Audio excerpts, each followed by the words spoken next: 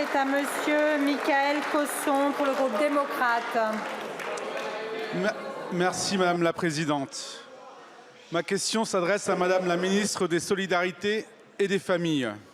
Madame la Ministre, nous sommes très nombreux sur ces bancs à considérer que c'est l'honneur de notre République que d'accompagner ses aînés dans la dignité et la considération.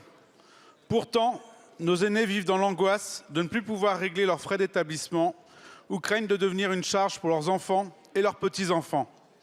Ils se demandent si cette dernière partie de leur vie va se dérouler dans de bonnes conditions. Or, nos EHPAD sont à bout de souffle. Les maires s'inquiètent et se mobilisent.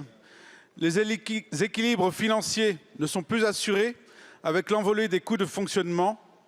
Les directions et leur personnel souffrent au quotidien, la résignation l'emportant sur la vocation. Nous nous devons d'apporter une réponse à ces inquiétudes, une réponse qui soit à la hauteur du défi auquel notre pays est confronté.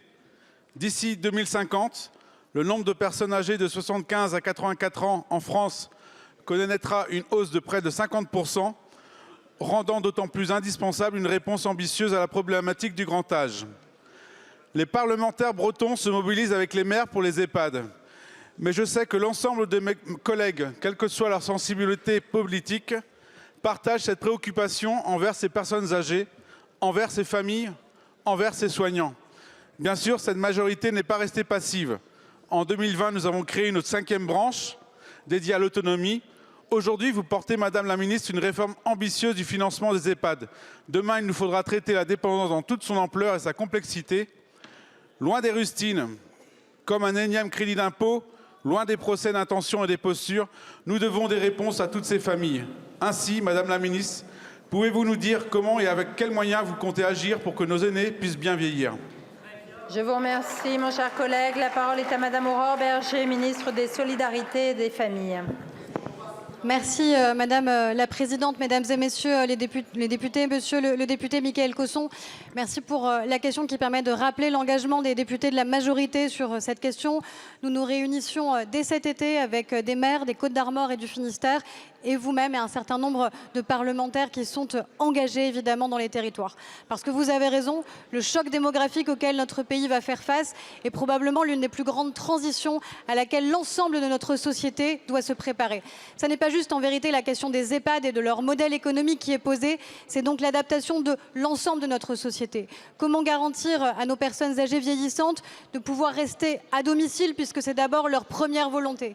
Comment garantir leurs droits tout au long de leur parcours de vie? Comment faire en sorte que nos EHPAD soient mieux médicalisés pour faire face aux maladies neurodégénératives? Comment avoir un parcours résidentiel entre le domicile et l'EHPAD? Et comment garantir leur inclusion pleine et entière à l'ensemble de notre société? C'est ça le défi qui est posé par l'adaptation de notre société au vieillissement. Et trop souvent, on voit ça comme un déclin. Ça n'est en rien un déclin. C'est d'abord une formidable nouvelle que nous ayons une espérance de vie en bonne santé qui continue à progresser d'année après année. C'est la capacité que nous avons à faire en sorte que nos aînés soient inclus dans la société, partagent leur expérience, soit des élus de la République, soit des milliers et des milliers de bénévoles associatifs qui s'engagent, soit des grands-parents, qu'on ait encore une fois cette expérience. Et oui, nous avons besoin pour cela de financement. C'est pour cela que nous avons voté la création de la branche autonomie et que nous le finançons. C'est pour cela que je souhaite aussi engager une réforme ambitieuse des fonds de concours de la CNSA, parce que c'est bien ici que nous aurons des véritables modalités de financement sur le long terme en lien avec les départements, parce que tout cela, nous ne pouvons pas le faire seuls. Il y a ce que l'État peut, il y a ce que les législateurs veulent et que vous pourrez faire dans la loi Bien vieillir notamment. Il y a aussi ce que les collectivités locales font et c'est ensemble que nous adapterons notre société. Je vous remercie. Merci beaucoup, Madame la Ministre.